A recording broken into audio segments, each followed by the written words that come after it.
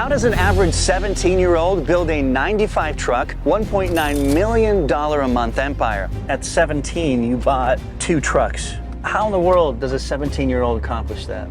The problem with trucking is that it's lucrative. So the first customer absolutely was Amazon. I booked 52 loads with them in one day. You will find the work, I guarantee you. Our highest paying customers can go up to $7,000 to $12,000 per week. Because at the time I didn't have the capital. Oh, wow. It's what kills companies. Those are your first 3 avenues into success in the trucking game. Well, it all happened once he realized this one life principle, and we're about to find out what it is. What's going on, Andrew? How we doing? Good morning, my friend. Tell us where we are, Andrew. This is a big, massive lot, but what's your relationship with these guys here? Right here, I mean, you're gonna have a lot of trucking yards that, are basically yards where people don't want to sell their area just yet, and because eventually they'll build multifamily properties. And so that's what allows us to take advantage of it is truck parking. At this point, I've leased about half of the entire place. No way. Because we just go spot by spot, which each one costs roughly around $100, $200 per spot. By the time you get up in the spots, I get a little cheaper sometimes, but it just depends on the owner. How many spots do you have here, roughly? So I don't go by spots anymore. We go by acreage, which is roughly around 4.5. In regards to storage and rent is basically roughly around 31,000. 31 grand just to park your fleet. Yes. And that's don't you wish you had your own property you can park it all at? Yeah, absolutely. And that is the next stage for us. I mean, we're focused on trying to expand to the point where we see something sustainable and we create a terminal for ourselves. And that's always been the next step for me. All right, so we're heading to the next lot, which was what, your original lot, right? Yeah. Let's talk about the fact that at 17, you bought 2 trucks. How in the world does a 17-year-old accomplish that? Found the first 2 units at my local Freightliner. Brand new? No, they were used. At that point, what I did was I figured out what are my best steps for financing. I looked at zero down. Zero down came with great terms, but at the same time, long term, it was not going to be favorable. Yeah. But that's what I went with, because at the time, I didn't have the capital. Oh, wow. What did your business plan look like then, Andrew? It was a simple 5-page document along with the call, because they talked, the financier, the decision maker calls you as well.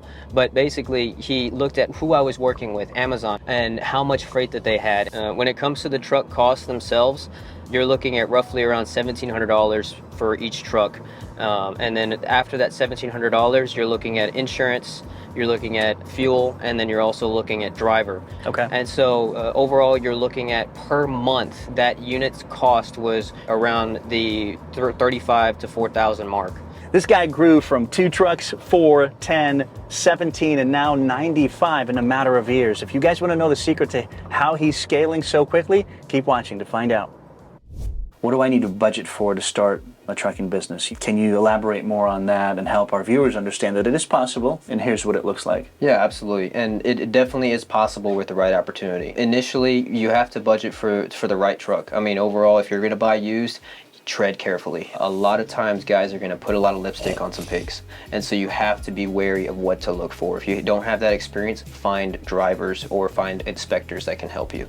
The cost for fuel is roughly around 60 to 70 cents per mile, and that's just for fuel surcharge. You also have to account for repairs. Initially, this was back then, 10 to 12% of any revenue is going to go straight back into the unit in some way, shape, or form. If you already know how to drive, you've had some experience doing that, you have a higher success rate. But if you're going to come in and you just want to own trucks, the barrier to entry is definitely going to be the issue for you, because the knowledge gap is the reason why trucking companies fail. So what was the biggest struggle in the first year or 2 of you starting AJG? So for me, the biggest struggle in business right from the beginning was figuring out the finances, because the problem with trucking is that it's lucrative. You're going to see that opportunities were there. However, 1 tire is your entire profit that week with a truck. You have 1 to 5 trucks, you're going to worry about fuel every single week. And that's why we had fuel cards in place early. And so one big key for me is right when you start, have the opportunity first before you get into trucking. It's really hard whenever you got a truck, it's brand new, it looks great, you have a driver, but you don't know who to talk to, and you go to a load board. It's what kills companies. So you got your first 2 trucks, Yeah. right? We talked about that on our way here. How did you find your first 2 customers? Who were they, if you can give us a quick story on that? Yeah, absolutely. So the first customer absolutely was Amazon. So Amazon was big throughout that 2015 all the way to 2019 period. Before everybody and their mother got in, we were able to take advantage of that opportunity. Now, after Amazon, then we figured out we can't just keep our customer base at just one. What's the fastest way to find business customers and get those trucks busy? Getting to work and really looking at all the brick and mortar suppliers around you. Then after that, focusing on asking other trucking companies if they have any overflow. Your usual brokerages and load boards are going to help you to an extent, but I cannot stress it enough. Make sure that you find the opportunity first before buying the truck. For me, a big goal of ours was to pair up with a couple brokers, find the shippers of where they're at, and make sure that we can service them well. By the time we finished the end of our relationship, I remember I booked 52 loads with them in one day. How many trucks do you have today? Today we have 95 trucks in our fleet. Wow, dude. That's amazing. How much does it cost to acquire a new one on average? On average, you're looking at a usual down payment of at least 5 to 10%. Usually it could be around 15 to 20,000, given we only buy brand new trucks. Okay, I was gonna ask, so you're just new trucks, you don't buy anything used. Why is that? We need to make sure that those trucks are not breaking down. Yeah. The biggest thing with used trucks, drivers and usually owners sell problems. They don't sell their best trucks. And so whenever it comes to finding different units out there when you're starting out, it's so important for you to focus on the inspections and partnering up with a great repair shop that'll give you the actual answers to your truck. What are they costing you these days, my friend? Luckily for us, we've partnered up with several factories for quite some time, and we try to buy ahead of time. So if I'm buying anything, I'm buying something for next year at cost versus something that is at premium from a dealership. At a dealership, your truck is usually looking for a Kenworth or a Freightliner is looking at $195,000 to $200,000. However, for us, we mainly focus on buying in bulk, or we'll exchange what we have in order to make sure that we have the most efficient units, which can average out about $174,000. So you're having some extreme savings, but at the same time, it's only available when you buy in groups. Gotcha. Look at this guy talking about buying trucks in bulk. I mean, I buy sour strips in bulk, you know, $3 pack of sour candies, and you're talking buying bulk, $200,000 a pop. That's pretty crazy. In this industry, what are the profit margins in general that you want to shoot for, and where would you say your company is aiming for? Absolutely. So, of course, with the volume that we have, profit margins get slimmer and slimmer because we care more about the volume in general. Usually we're looking at around anywhere between 6 to 8% net profit from our total revenue. And that is basically after I take care of everyone in office, take care of drivers and everything. Mostly all that net profit margin goes straight into developing the next nest egg for the growth of the business, or for a wall that we can make to prevent any type of issues in the future from a financial perspective. As you started scaling, right, you faced rough months, long days, constant struggle, hustle. I mean, it was real. Yeah. How did you weather that storm? As a business owner, nobody's going to tell you to get off your phone and figure the problem out. Right. And a lot of times you're getting put in those scenarios where you really don't want to do it, and there's another person, just another little voice in your head that's telling you to go do it. And it's developing that little voice and allowing it to grow inside of your mindset and let it become part of your identity. When it comes to stress and when it comes to the long, constant mental marathon that is business, one of the biggest keys that I had was basically treating motivation like brushing your teeth. I mean, every day I was not there ready to go all the ways at 100%, but I really took mind of what I was ingesting from information wise. I wasn't focused on the social media stuff. I was focused on stuff that was going to keep me sharp. You know, I would listen to Jim Rohn in the mornings. You guys had Bedros Keuilian on earlier, and I listened to him all the time fervently because he's such an advocate for doing the hard things now and realizing that in today's world you can be pretty soft. That's something that I can really get behind and I can advocate for because it was not easy, and most people will figure that out early and quit early. Blitz time with Andrew. Let's dive into it. If you could go back in time and tell your younger self, don't do this, what would that thing be? Stay off your phone. Stay off your phone. Best part of being an entrepreneur? The hustle and the grind. Worst part about being an entrepreneur? the sacrifices and the time away from family. Any favorite podcasts or audiobooks for the road? Love the Jocko Willink podcast. I love the Bedros Keuilian podcast a lot. I mean, Yeah. BK does a lot for me when it comes to my mentality, keeping me sharp and keeping me encouraged. All right. If you weren't trucking or in trucking, what would you be doing? I'd probably be in ministry. I mean, I think that for me, my spiritual life is cool. extremely important, and reaching out to others and encouraging others is something I always wanted to do. All right, a couple more. What price would you think about selling your business currently? Just throw a number out there. Give me about Andrew. 75 mil. 75 mil for my happiness, because I love this game. I mean, you can't put a price on love, but This guy knows his numbers. yeah. If you could have dinner with anyone, dead or alive, who would it be? Definitely Jim Rohn. I'd want to see how he would have outfitted what I've done so far, and be able to, help me in my journey. Gotcha. Every business today needs a website, and Durable makes creating one easy. Durable is the fastest way to build your business's online presence. Generate a website in 30 seconds, done. Customize it, done. AI website builder with zero coding and design skills required, done. With just a few clicks, you can add Google reviews, chatbots, integrated contact forms, social media forms, and a ton more. Here's the kicker. Durable is more than just a website builder. Every Durable account comes with invoicing, marketing tools, and an AI-powered CRM. Everything you need to manage your business online. There's a reason more than 5 million small business owners have built their websites with Durable. Not only is it the fastest way to grow your business from idea to revenue, but it's free to publish your website and start booking jobs.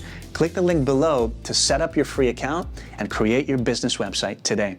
Do you ever regret the sacrifices, the long days, the hard work, the hustle for you to get to where you are today? Any person in this stage would say not at all. But will I say that there are some things that I wish I didn't miss? Absolutely. I think that one decision that I had to make, especially when I put my name on the door, was, hey, you are going to make those sacrifices. And now it allows me to really take in those simple things and really be excited about them. You go to the movies. I hadn't gone to the movies in years. And so going to our local movie theater one weekend, because I finally had some time a couple years back, it felt the world to me. And then of course, the little things start to matter. And that's really what highlighted a lot for me. Now, I want to spend as much time as I can with the people I hold dear. And also I want to be able to lift other people up and encourage others, whether spiritually or whether from a philosophy standpoint. And that's what's important for me. Did you guys know that only 19% of you who watch this channel frequently are subscribed? Do us a huge favor and hit that subscribe button. It not only helps UpFlip, but the bigger we get, the bigger the guests get. What are the steps you took to go beyond Amazon as the initial client? Overall, we understood very early that this was not going to pay the bills for very long. And so what we did was we started talking to people. We started talking to different brokers, but we started talking to different shippers. And those shippers, whether in the mail space, which we have good relationships with people in postal mail and also in other UPS, etc. So we started to realize that we need to go out there and get it. And what we did, the first thing I remember, I was 20 years old. I had gotten the suit that I got for free because I bought a tux at prom. And I went out there, no hair on my chest, into Nashville, Tennessee area. I met up with these executives who didn't expect us, keep in mind. We did a couple loads for them. They saw my rinky-dink website because I tried to have it as exposure early in trucking, a Google business listing at the minimum.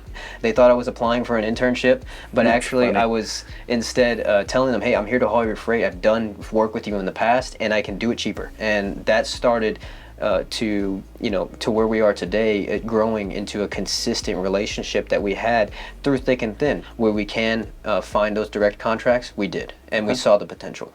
One other important aspect that I want to touch on is the revenue that each truck adds. Can you help us understand what that looks like as well? So when you're building out the revenue, what we really have to understand is the cost, right? So basically how we do it is cents per mile in our calculations. Cents per mile. Our cents per mile and dollar per mile, it costs me exactly, or I'd say around $1.25 a mile to run a unit at any given time. Now, after that, if you have any type of profit, we call our $22.90 money, which is basically for your insurance, for all of your registrations, for all of the upkeep of the unit, and also making sure that you're all right with Uncle Sam. And so by the time you get to that point, you're going to have maybe 2 to 5% in regards to profit margins from that point. But the revenue itself per week, it depends on the unit and the customer.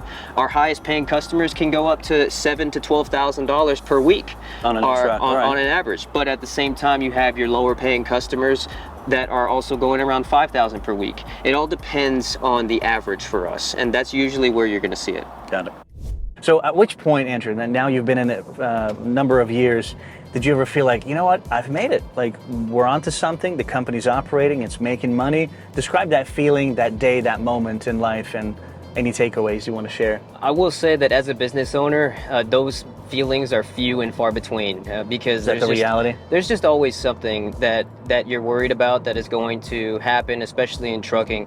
And for me, what made me feel like I had something going on and we got something is just basically whenever I see my team working a couple, and this was only I'd say 6 months ago, where I see my team all working in unison and synchronicity, and they're able to handle things, and they tell me, hey Andrew, don't worry about it, we got it.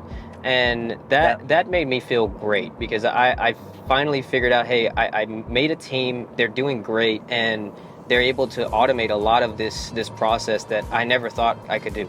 And you get those in business, and they make all the struggles worth it. That's awesome. How did you prepare for the meeting with the executives in the automotive industry? I mean, you're young at that point. Yes, you had a suit. Yes, you looked good. But give our audience the gold nuggets of really what had to happen for you to break through to that point. So with me, I try to find things that we can relate on. That's a really big thing, because of course we're both people, we both have loved ones, we both have passions. And so when you start to find those things that you both have common knowledge about, hey, this guy likes to play poker, during the conversation, find those things outside of the business, outside of closing, that you can relate to and you can just talk about as people, because that really humanizes you and keeps you out of being a number for them. Because a lot of times these executives, they're being talked to from a bunch of yes men, from a bunch of people who want the business, and they just want some human contact. It's real life in regards to logistics. Trucking can be fun, and it has a lot of stories, but at the same time, it's a grueling process to get to that. Yeah, you won't know until you ask. Exactly. What's been the lowest point for you so far in the business, whether it was mentally, financially, overall? I mean, talk about rock bottom, I want to quit, what am I doing? So I think very early on, you have a couple of those moments. You know, trucking is not something that's going to be on the up and up at any given time. It's something that you have to be resilient, you have to expect problems, and you have to adapt to that harsh environment. Sometimes though, at the same time, you look and you look across the corner and you see people who are very successful, or you see people enjoying their work-life balance, and it hits you. And that's what hit me probably around 10, 15 trucks. I remember a specific time where it was brand new, it was New Year's. I was at the yard, it was 1 a.m. I was not at New Year's with my family. Wow. I was getting ready for the new year, the rush that we had for our units, and I looked up at the sky, I said, why am I here? And there has to be a purpose for this. Yeah. And at the same time, I kept on telling myself that there has to be a purpose for the type of work that we're putting in. There has to be a purpose. And at that point, I knew for a fact I could, the thoughts of going back to school, figuring something, you think about it, and it's not all just sunshine and rainbows. That's a guarantee. Quick stop. If you're juggling responsibilities but still have that entrepreneurial niche, make sure to make a pit stop at UpFlip.com. We've got that perfect game plan for you to start your business without dropping other commitments. Check it out. Show us what you got on the screen. We got our emails open, of course. You have your Samsara. So Samsara Fleet is one of the biggest reasons for success and scaling, in my opinion. We really leverage Samsara to build our system and allow us to focus on just adding in units and knowing exactly where they're at. So whenever we see different units, you'll see the front of the unit.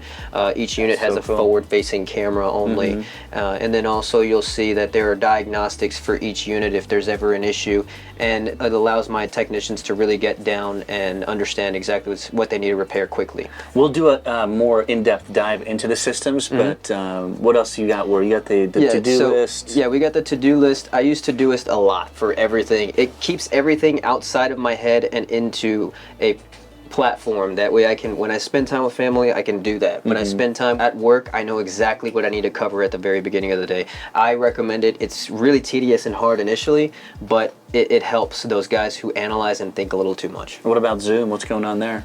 So this is my Zoom. Overall for Zoom, we have a 24-hour Zoom with my entire team. You'll see people who have screens all patched up, and they are all in different workstations and areas, whether they're working remotely, whether they're working from around the world. They are helping me with my logistics and tracking and tracing and communicating in this distinct area at all times. And so it helps me keep a finger on the pulse, but also it helps them solve problems as a team. Because in my system, in my culture, they win as a team or lose as one. You've had a lot of success building a strong team. What's your secret to managing folks, managing people? And then here's the other thing, you're 26 and you've got somebody that's 50 working for you. There's a dynamic shift there, and what are you learning through that experience to become a better leader even in that situation? I think being an example is one of the most important things that you can do when it comes to being a leader inside of your workplace. There are things that I do that I stay in late, or I'm so focused on my company that my teammates, my associates, and all my employees, they try to strive to being. And that's what also allowed me to create a more lean culture, a more lean group of employees, where usually you'd have guys who'd have 45 employees doing a whole bunch of different things. You'll see us actually working with 15 to 20 people, and those 15 to 20 guys, I've recruited them personally because I see a specific characteristic, and that is their drive and ambition to be successful. What's your advice to business owners in general, entrepreneurs, people who currently own small trucking companies but want to scale, and or future wannabe owners as well? What do you want to tell them? The thing is, when I see people who are going to come into trucking, you're either in 100% or you're in and out and you're going to sell the truck. And so me being transparent, if you're going to be 100% in for the long run, let's make it happen. And then you can start developing systems. You can start focusing on finding the right drivers for you, or if you're driving, or you can finally start to focus on finding those new shippers and customers. Those are your first 3 avenues into success in the trucking game. The second piece, which would be managing your truck in general, make sure that you're doing your due diligence times 15. Why? Because that truck is going to pay for your family's food, and you need to make sure that that truck is going to sustain the length of time that you're going to finance that unit. If you find a good opportunity and you feel like you can execute, make sure that you have the work before you get the truck. If you already have a truck and you're trying to look for work, make sure that you go out and talk to 100 different brokers, shippers, people. Make a goal quickly, because then you will find the work. I guarantee you. Some guys out there are just asking for you to come in and help them. It may not be for the rate that you want, but eventually you will be successful and find the things that you need. At the beginning of this video, I said that there was a moment in your life when you realized this one life principle. Well, it all happened once he realized this one life principle, right? That you realized not only can make you money, but really it was a game changer, the trajectory that you took from then. Can you elaborate on what that was, when that was, and what you learned from it? Yeah, it's definitely workers' mentality. A lot of times we're going to be put in the grass is always greener scenario. I know for sure that I did. Oh, he made it. It's easier for him. Exactly. Right? You see the cars, you see the lifestyle, you see all this stuff, you see the parties and stuff, and it's going to say, why am I not there? That's the wrong question. It's saying, hey, what can I do right now in my situation? What is in my control that will allow me to be better? And that is putting my nose down on the grindstone and just getting to work. That was my answer until I found out that, hey, there's potential here. I think all this work put me to this point. Let me take advantage of this opportunity, and so on and so forth. Let's head out back to the lot, say hi to mechanics, take a look at the operations of taking care of your fleet and so on. And, yeah, absolutely. You'll see some great stuff out there. We got different types of trailers, so it'll be good. Awesome. Let's do it. You've got guys working on your own trucks, but at which point in the business did you realize I need to handle service myself? Right? What did it cost you to get all this going? Do you own it? Do you lease it? Elaborate on all of it. So of course with just the land overall, we leased it. I mean, you're looking at consistently $6,000 a month, and just here in general for the yard and also for the repair shop.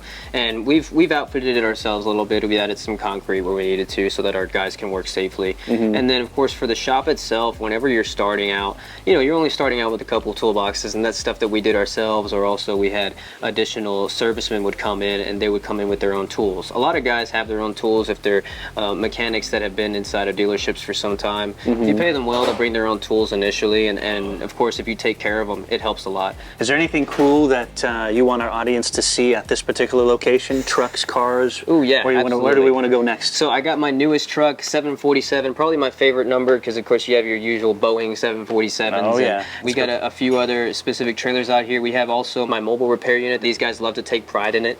Right. And then yeah, that's basically my shop overall. Let's go check it out. Awesome. What are some of your tips with the experience you have now to land big name companies as contracts? And so we talked a little bit about your presentation with the other CEOs, but any other experiences that you really learned from and gotten better to secure those kind of deals? I would say number one is face-to-face contact is far more successful than a phone call, because then it allows you to say, hey, I'm above the rest in regards to my competition. Maybe I might provide the same amount of service. Maybe mine is better. You won't know, but you will know that I am willing to go the extra mile because I'm willing to come and meet you. The second bullet is actually being about that work. And when I say that, I mean, hey, whenever you're going to say to a CEO, hey, call me at 2 a.m. and see what happens. Most of the time, whenever I do that, and I tell people that, you're going to have a phone, somebody answer, they're going to say, hey, what do you need? Is everything okay? Can we help you in some way? And that was something I take pride in. And so find your niche of where you provide service that is above and separate from everyone else. Everybody does trucking. Everybody can say that their on-time performance is great. Yeah. Everybody can say that their service is great. But the difference is that, hey, if you need somebody who's going to be with you in the hard times, let me prove to you that I can be there when it's hard. And give me a challenge. Give me a situation. Oh, I can only give you this freight, and it's $1.15 a mile. Well, okay, you know what? If this is an avenue to develop a relationship, I'll help you out. Might be worth it. I'll make you some money, no problem. But in the future, I know that you'll repay me because I know that or maybe you won't, but that's just how my character is proven in general, because I know that our service is what matters. Yeah. And that's what sustains businesses. Tell us about the mobile unit. How many units do you have so far? Yeah, so overall we have a couple of mobile units. This one is the one that I wanted to take most pride in investment in. Of course, it's going to have the name on the doors as well, but this unit can do anything. I mean, when it comes to repairs. Yeah. I mean, you have the crane that's going to be able to hook onto, in desperate situations, hook onto an engine and then pull the engine out. You have, the ability to store additional chemicals or fuel inside of this unit as well, and it allows you to focus on specific repairs, but also we can store tires and get things done that others just with regular trucks can't do. And so what's your range on this thing? How far are you going to go out to service your own trucks? Overall, you're looking at about 125 air mile radius, whether it's north, south, east, or west. And anything outside of that just really depends on what the scope of the damage is in the repair. What did it cost you to set this thing up? 100K plus? Yeah, it's about 124 grand for this unit specifically, with all the bells and whistles on it. We wanted to make sure that we had everything. You weren't joking when you said that this industry is capital intensive. Absolutely. Man, anything you want to buy, tool, car, mobile unit, it's a lot of money. If you could go back and get a second chance at starting your business, Andrew, what would you do differently? Can you think of a number of things and why? A few things, but most of them are really from a self-reflection standpoint. I know that I did not make it easy to work with initially. I think were you hard to work with? I was too in touch with my emotions. I think that now in general, my emotions are going to be a side piece to what I do, and just in regards to passion. But a lot of times, people who have a lot of emotion and get really frustrated and show it on their face and show it to their peers, it creates a bad work environment. I think that that's what trucking initially was for us in general. It was an environment where it was hard to thrive. It was hard to have morale because so much was going wrong all the time. Was it just toxic? I would say not toxic, but I would say that there was just not a version of morale. It didn't make people want to come in every day, and that was at the very beginning because I didn't know how to develop a culture. I appreciate you being vulnerable. Can you share an example? Is it just you getting upset at your employees and lashing out? I mean, I just think that overall, as business owners, we want things to be done in a certain way, and I think that for me, a big thing was if it wasn't done in a certain way initially, then I had to understand why you did not do it in a certain way. But I didn't teach you. I didn't show you enough things. And now I see it in hindsight, but back then I really wish I could be more in touch with, hey, I can show them a little bit more. I could have led them a little bit more in regards to just the beginning. So it sounds like to me, if I were to boil it down, it would be like maybe more training or more resources, or maybe when you got started, you'd hire a mentor who already gone through your path to walk alongside you. Is that absolutely? Is that understanding you right? Man, that would have helped a lot. I mean, all I had was YouTube and Jim Rohn, and Jim Rohn unfortunately passed away. So of course, I didn't go out and seek any type of help because I was so focused on trying to figure this out myself and trying to figure out what are other companies doing, what are other wisdom builders, and if I have any time, let me go search for a new customer because I just need one to work, the next one. How competitive is the transportation industry? Trucking is a bloodbath at any given point. Really? I'm going to be honest about that. A bunch of sharks in the water? There is a lot of people that are trying to take the food off of other guys' plates, and most people don't take kindly to it. Trucking is not like tech. It's not thinking, oh, I have a more efficient business plan and I'm going to beat you at it. It's, hey, you have guys who are going to scratch and claw until to make sure that their truck is paid and their families are fed. It's a very serious business. And so when it comes to it being competitive, you're competing against people who basically need to compensate for only their livelihoods. And that's what gave us the edge, because for the most part, you're looking at people who have very high standards with reporting, with tracking and tracing, and with problem solving. And those are things that most trucking companies can't compete with today at a smaller scale. Wow. For example, I got a call from Cirque du Soleil. Cirque du Soleil had called me and they said, hey, I have 90 trailers in Laredo. It needed to go to Mississippi. So I thought, okay, I have enough trucks. I have all my trucks here for the weekend. Let me figure something out. When we got there, we thought we were transporting tents and supplies, etc. By the time we got over to Laredo, I got calls from drivers that said, hey, I don't think we're just transporting tents and supplies. You know, I don't know if there was giraffes. I don't know if there was tigers. Nobody knows, and I won't comment on it. But at the same time, we got it there, and that's the goal for us. I mean, just being sure that we can be a one-stop shop for people. Did you learn a lesson from the circus people? Maybe ask more questions, a little bit like, what exactly are we hauling? Is it a giraffe? Is it a rhino? They said they needed it there now. And so I thought, okay, hey, let's get it there. No problem. Awesome. And that's just the key for us. We're going to do what we can with what we've got. That's the best attitude. Things you do every day, just keep yourself happy and moving forward every day. What do you want to talk about? Oh man, recently I've gotten into cold plunging a lot. So first thing in the morning, I know that. I do that. Get that out of the way, and then you're feeling great. But, what's the temperature and how long? I gotta stop. 46 for 3 minutes. 46. So not that's too bad. Cold. Yeah, not too bad. Anything under 50, it's gonna get you. Yeah. So other than that, though, just for me, if I'm not working, I'm probably just gonna be doing CrossFit or working out. I mean, for the most part, we compete in CrossFit here locally just for fun. It's a big thing in San Antonio? It is. There's a couple of great community competitions that come out, and I've been doing it for roughly around 7 years. So when I'm not here in the office, alongside my trucks, I have a different persona. I go out there and I'm able to encourage other guys and be able to compete with them, because when you get in there, all that matters is how much you can squat and deadlift, and that's really what matters to me, is being able to change and be able to excel in something and compete, because I always have that competitive nature, and I bring that over to my business as well. That's awesome, man. Well, you look healthy, you look fit, you're only 26 and life is just getting started. Give us your 3 to 5 book recommendations that our viewers can read for the rest of the year. Man, good ones. My first one that always keeps, because I'm a great communicator, and I think I owe a lot of that to How to Win Friends and Influence People. That's a really good book in regards to communication. A lot of simple steps that allows you to just keep keep the conversation going.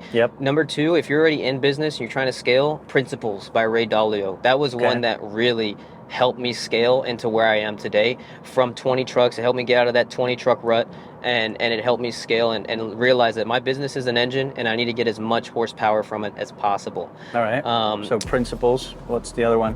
Principles. And then the third one would probably be Think and Grow Rich. Oh yeah. Okay. Think and Grow Rich. That's a book that really sparked my mind and gave me an entrepreneurial mindset as well, and really gave me food for that entrepreneurial mindset. Awesome. While we're on the subject of young entrepreneurs, have you seen episode 172? Two 20-year-olds built a food truck business from scratch and scaled it to $20,000 a month in a matter of 7 months, all from a recipe they found online. Take a second to like, subscribe, and we'll see you next time.